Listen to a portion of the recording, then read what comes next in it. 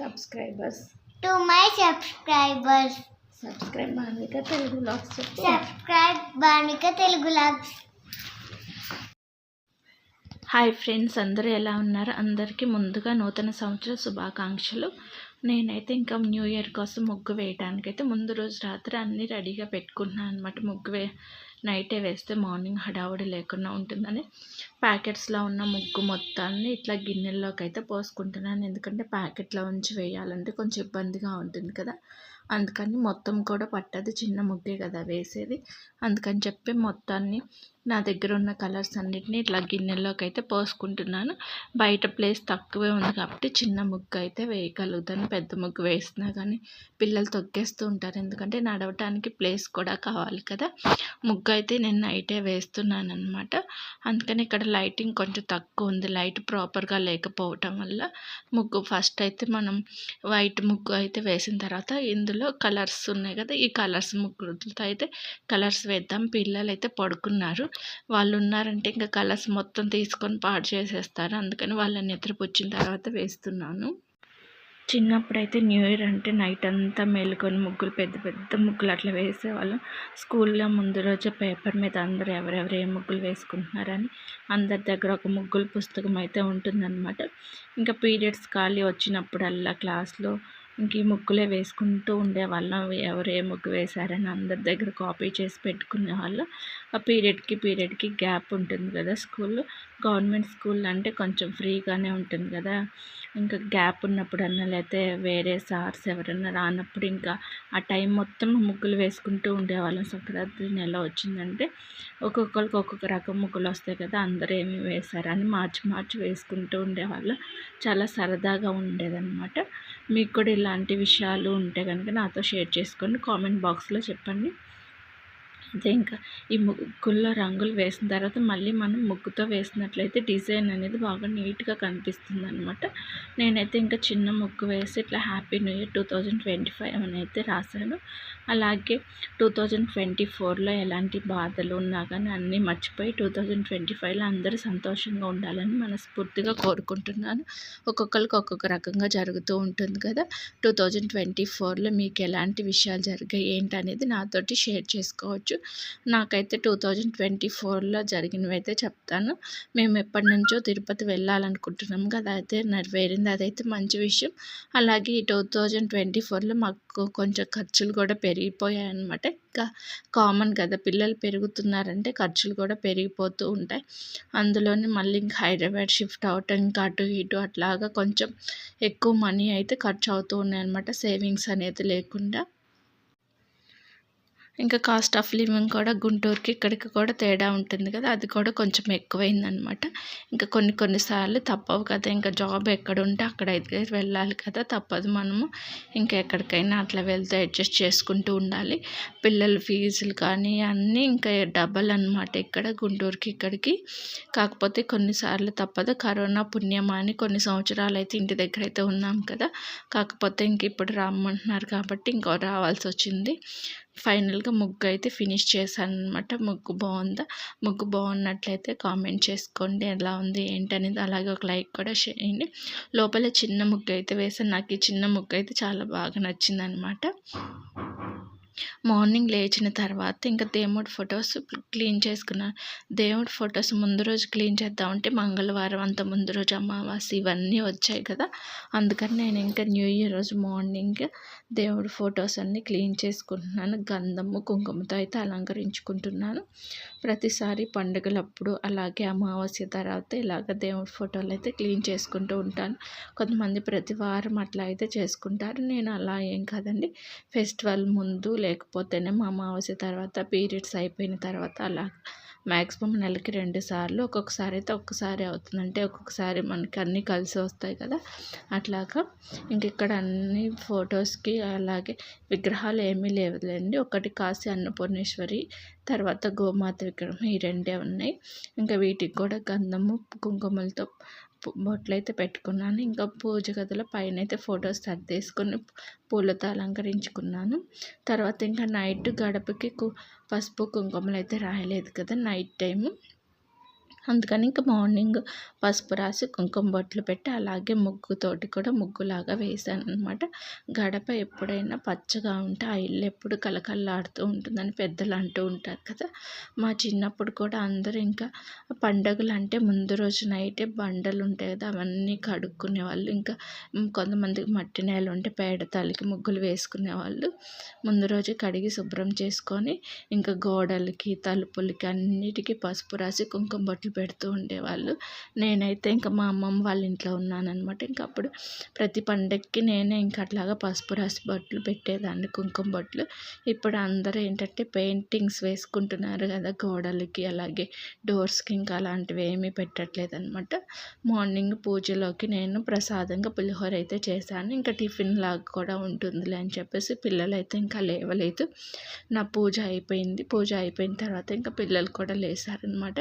ఇంకా వాళ్ళు కూడా బ్రష్ చేసుకున్నాక టిఫిన్ అయితే చేసాము. పూజ అయితే ఇంట్లో చేసుకున్నాను. టెంపుల్కి వెళ్దామంటే పిల్లలు లేట్గా లెగుస్తారు కదా, ఇంకా టెంపుల్లో కూడా రష్గా ఉంటుందిలే, ఈవినింగ్ వెళ్దాంలే అని అనుకున్నాము. అందుకని ఇంకా వాళ్ళని కూడా లేపలేదు. నైట్ కొంచెం లేట్ అయితే అయ్యింది. ఇంకా సెలబ్రేషన్స్ అట్లా అంటే ఏమీ లేవన్నమాట. న్యూ ఇయర్ అంటే మేము పెద్దగా సెలబ్రేషన్స్ ఏమి చేసుకోండి, ఎప్పుడు కూడా మ్యారేజ్ అయినప్పటి నుంచి కూడా. కాకపోతే ఆ రోజు ఏంటంటే ఇంకా తల స్నానం చేసి ఇంట్లో పూజ చేసుకొని టెంపుల్కి అయితే వెళ్తాము. ఒక్కొక్కసారి బయటికి వెళ్తే బయట తింటాము, లేకపోతే ఇంట్లో మ్యాక్సిమం అయితే ఇంట్లోనే ఏదో ఒకటి ప్రిపేర్ చేసుకుంటూ ఉంటాము. ఇంకా నాన్ వెజ్ కూడా చాలా తక్కువే తింటాము. ఇంక ఇక్కడికి వచ్చిన కాడ నుంచి అయితే ఇంకా బాగా తక్కువ అనమాట. అందుకే నాన్ వెజ్ ఐటమ్స్ కూడా ఏమి తెచ్చుకోలేదు. మామూలుగా ఈరోజు లంచ్లోకి అయితే ఇంకా నెయ్యి ఇంకా వేడి చేద్దామని ఇట్లా పెరిగిపోయింది కదా, ఇలా వేడి గిన్నె మీద పెట్టాను. కర్రీ వచ్చేసి బఠానీ, క్యాప్సికమ్, టమాటా అయితే చేశాను అనమాట.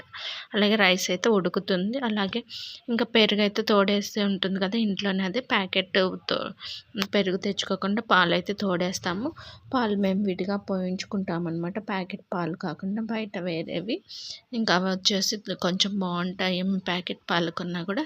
కాకపోతే ఇప్పుడు ఏంటంటే చలికాలం కావటం వల్ల మరీ గట్టిగా అయితే తోడుకోవట్లేదు. కాకపోతే టేస్ట్ మన ఇంటి దగ్గర ఉన్నట్టే ఉంటుంది. ఇంకా పెరుగన్నంలోకి నిమ్మకాయ పచ్చడి. ఇంకా పిల్లలు అయితే ఆడుకుంటూ ఉన్నారు. ఇంకా అన్నం ఉడికిన తర్వాత ఫస్ట్ వాళ్ళకైతే పెట్టేసి మేమైతే తిన్నాము. తిని నేనైతే ఒక గంట అయితే పడుకున్నాను అనమాట, లేచాక పని చేసుకోవచ్చని. ఇంకా లేచిన తర్వాత వాళ్ళకైతే పాలు తాపించి మేమైతే టీ తాగాము. తర్వాత ఇంకా మార్నింగ్ నుంచి గిన్నెలన్నీ అంతే ఉన్నాయి, అవన్నీ క్లీన్ చేసుకున్నాను ఫస్ట్. తర్వాత ఇంక ఇల్లు వచ్చి తుడిచి స్నానం చేశాను, పూజ అయితే చేసుకున్నాను. పిల్లలు కూడా స్నానం చేపించి ఇంకా మార్నింగ్ గుడికి వెళ్ళలేదు కదా, ఈవినింగ్ వెళ్దాంలే అని ఈవినింగ్ అయితే పిల్లల్ని రెడీ చేసి నేను కూడా రెడీ అయ్యాను. ఇంకా మా వారు ఇంకా స్నానం చేస్తున్నారులే అని చెప్పేసి సర్లే కొంతసేపు కూర్చుందాంలే అని కూర్చున్నాను. ఇంకా మా బాబు ఏం చేశాడంటే, నేను ఇంకా వాళ్ళ డాడీ చైర్లో కూర్చున్నాను అనమాట వర్క్ చేసుకునేటప్పుడు, తను వేసుకునే చైర్లో. ఇంకా దాంట్లో నుంచి నన్ను అటు ఇటు నెడుతూ ఉన్నాడు అనమాట. అమ్మ ఈ గేమ్ బాగుంటుందని చెప్పేసి.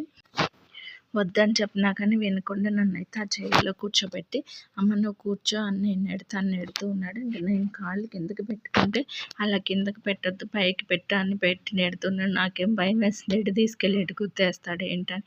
ఎందుకంటే వాళ్ళకి కంట్రోల్ అవ్వదు కదా, మనం అంటే కంట్రోల్ చేసుకుంటాం. కానీ ఇంక తర్వాత మా పాప వచ్చి తను కూడా నేను నెడతా అని వెనక్కి ముందుకైతే నెడుతూ ఉన్నారు. ఇంకా కొంచెం ఒక 5 minutes అయితే ఇట్లా గేమ్స్ అయితే ఆడుకున్నాము. ఇంకా తర్వాత మా హస్బెండ్ కూడా రెడీ అయిపోయారనమాట. ఇంకా టెంపుల్కి అయితే వెళ్ళాం. కాకపోతే మేము ఎప్పటి నుంచో అనుకుంటున్నాము, ఇక్కడ గాజుల రామారంలో చిత్తారమ్మ తల్లి బాగా ఫేమస్ అనమాట, గ్రామ దేవత. ఎప్పటి నుంచో వెళ్దాం అనుకుంటున్నాం, శ్రావణ మాసం అప్పటి నుంచి వెళ్దాం అనుకుంటుంటే కుదరట్లేదు. సరేలే తర్వాత అట్లా కార్తీక మాసంలో ఇంకా కోటి దీపోత్సవం అప్పుడు చిత్తారమ్మ మనం బయట పూజ చేస్తారు కదా, ఆ విగ్రహం అయితే తీసుకొచ్చి పూజలు అయితే జరిపించారు.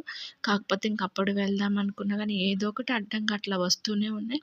ఇంకా క్రిస్మస్ ముందు కూడా ఒకరోజు అనుకున్నాం వెళ్దామని, కాకపోతే ఇంక అప్పుడు నాకు వెళ్ళటం కుదరలేదు. ఇంక తర్వాత ఊరు వెళ్ళిపోయాము. ఇంకా ఏంటో సడన్గా ఈరోజు ఇంక ఈ టెంపుల్కి వెళ్దాంలే ఎప్పటి నుంచో అనుకుంటున్నాం కదా అని టెంపుల్ దగ్గరికి అయితే వచ్చాము. ఈవినింగ్ కూడా జనాలు కొంచెం ఎక్కువగానే ఉన్నారు, అంటే మరీ అంత ఎక్కువ లేదులే కానీ ఉన్నారు. ఫస్ట్ టైం అనమాట ఈ టెంపుల్కి రావటం, చూడాలి లోపల ఎలా ఉంటుంది ఏంటనేది. బయట అయితే పార్కింగ్ అదంతా బాగుంది. ఇంక ఇక్కడ సండేస్ అట్లా వచ్చి జాతరలాగా చేస్తారనుకుంటా. అంటే కొంతమంది మొక్కుకుంటారు కదా గ్రామ దేవతకి, ఇట్లాగా బలి ఇస్తాం అట్లాగా కోళ్ళు మేకలు అట్లా కూడా చేస్తారనుకుంటా. ఎందుకంటే లోపల కళ్యాణ మండపం అని కూడా ఉందంటే భోజనాలు అట్లాగా మొక్కుకున్న వాళ్ళు పెట్టుకుంటూ ఉంటారు కదా. ఇంకా లోపలికి వెళ్ళి దర్శనం అయితే చేసుకొని వచ్చాము. క్యూ అయితే అంత ఎక్కువేం లేదు, అంటే కొంచెం ఒక 10 మినిట్స్ అయితే పట్టిందనమాట క్యూలో. ఇంక మామూలుగా లోపల వేరే సైడ్ నుంచి టికెట్ తీసుకొని వెళ్తే అక్కడైతే దర్శనం చేసుకొని రావచ్చు. కాకపోతే గర్భగుడిలోకి అట్లా వెళ్ళటానికైతే ఏమీ లేదనమాట. వాళ్ళు కూడా బయట నుంచి దర్శనం చేసుకోవాలి. ఇంకా మాకు ఫస్ట్ టైం తెలియదు కదా. ఇంకా ఈ టెంపుల్ వెనకే చిన్న చిన్న టెంపుల్స్ కూడా ఉన్నాయి, అమ్మవారి టెంపుల్స్, రేణుకా ఎల్లమ్మ, నాగదేవత అట్లా టెంపుల్స్ చిన్న అంటే ఉపాలయాలు అంటారు కదా. ఇంకా అట్లా అమ్మవారిని కూడా దర్శించుకున్నాము. ఇంకా మార్నింగ్ కూడా బయటికి వెళ్ళలేదు కదా, ఇంక ఫుడ్ ఏదన్నా బయట తిందాంలే అనుకుని బయట అయితే టిఫిన్ అయితే చేసాము. టెంపుల్ లోపలికి వచ్చేటప్పుడు బైక్స్ దగ్గర బొమ్మలు అమ్ముతూ ఉన్నారు. బబుల్స్ వచ్చాయి ఉంటాయి కదా, మా బాబు ఏంటంటే అది కొనిపెట్టు బయటికి వెళ్దాం అని కాల్ చేస్తూ ఉన్నాడు. వెళ్దాంలే అమ్మ కొంతసేపు కూర్చో అంటే ఇంకేదో అట్లా అయితే కూర్చున్నాడు. ఇంకా ఇక్కడ ప్రసాదంగా పులిహోర, లడ్డు అలాగే వడ అమ్ముతున్నారనమాట. మేమైతే లడ్డు తీసుకున్నాము. ఇంకా నాకు లడ్డు ఇష్టం కదా, నేను ఎక్కువ తిన్నాను. వాళ్ళు ఇంకా స్వీట్ ఎక్కువ తినరనమాట. పిల్లలు అయితే అసలు తినరు మ్యాక్సిమం స్వీట్. నేనే కొంచెం ఇష్టంగా తింటాను, మా వారు కూడా తక్కువే. అందుకని ఇంకా పండగకి స్వీట్ కూడా అయితే ఏం చేయలేదు ఈ న్యూ ఇయర్కి. ఇంకా బయటకు వచ్చిన తర్వాత తనైతే బొమ్మకి ఇంకా టిఫిన్ చేద్దాం. టిఫిన్ సెంటర్లో కాకపోతే ఇక్కడ టేస్ట్ బాగుంటుంది. అందులో ఒకసారి వచ్చామన్నమాట. రీజనబుల్ ప్రైసెస్ అయితే ఉంటాయి. ఇంకా పిల్లల్ని కూడా అక్కడికి తీసుకుని వెళ్ళాము. ఇక్కడ ఏంటంటే కింద ఎక్వేరియం లాగా ఉంటుంది, మనం ప్లేట్స్ పెట్టుకొని తింటాం కదా, అలా టేబుల్ లాంటిది ఇట్లా ఎక్వేరియం లాగా సెట్ చేశారు కింద. వీటి పైన మనం ప్లేట్స్ పెట్టుకొని తినడానికి అట్లా ఉందన్నమాట. పిల్లలు ఇట్లా చూస్తే ఎంజాయ్ చేస్తూ తింటారులని ఇంకెక్కడికైతే తీసుకొచ్చాము. చూడండి ఫిషెస్ ఎట్లా వెళ్తూ ఉన్నాయి, మన చేతులతో ఇట్లా అంటూ ఉంటుంటే అటు ఇటు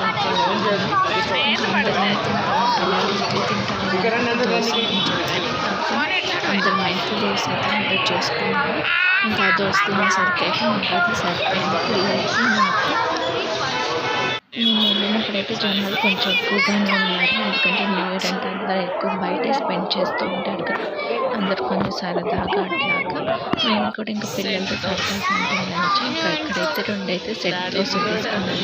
ఒకటి దోశ తీసుకున్నాము, మసాలా దోశ మా husband set dosa plain dosa తీసుకున్నాము. తనకి ఏంటంటే ఎలాంటి ముక్కలు అవి ఏమి రాకూడదు, అందుకని చెప్పేసి ప్లేన్ ఇంకా అందరం అయితే టిఫిన్ చేసేసి ఇంటికి వచ్చాము. అయితే టెంపుల్ నుంచి వచ్చేటప్పుడు అయితే స్వీట్ హాట్ తీసుకొచ్చాను. కాజాలు ఎట్లా ఉన్నాయో టేస్ట్ చేద్దామని తిన్నాము. ఇంకా మార్నింగ్ నుంచి స్వీట్ కూడా తినలేదు కదా అని చెప్పేసి ఒక కాజాను అందరం కొంచెం అయితే షేర్ చేసుకున్నాము. ఇంకా పిల్లలు అయితే తినరు కదా, మా హస్బెండ్కి కొంచెం పెడితే పర్లేదు బాగానే ఉందిలే అని అన్నారు.